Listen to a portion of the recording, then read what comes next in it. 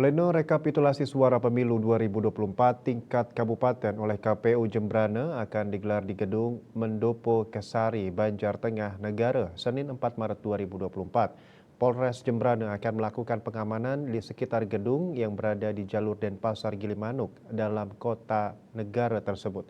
Meskipun lokasinya berada di pinggir jalur jalan utama, tidak ada pengalihan arus lalu lintas.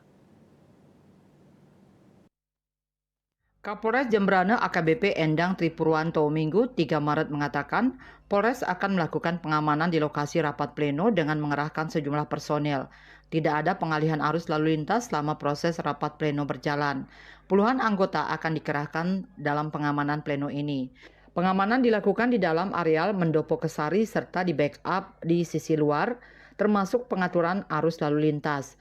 Satu kendaraan water cannon juga akan disiagakan di sekitar areal. Kendaraan seluruh peserta rapat pleno akan diparkir di areal parkir di Taman Sangkur, Jalan Dr. Sutomo, sehingga Mendopo Kesari steril dari kendaraan maupun aktivitas lain. Ketua KPU Jembrana Iketut Adi Sanjaya sebelumnya mengatakan pelaksanaan rapat pleno kabupaten dijadwalkan pada Senin 4 Maret pagi.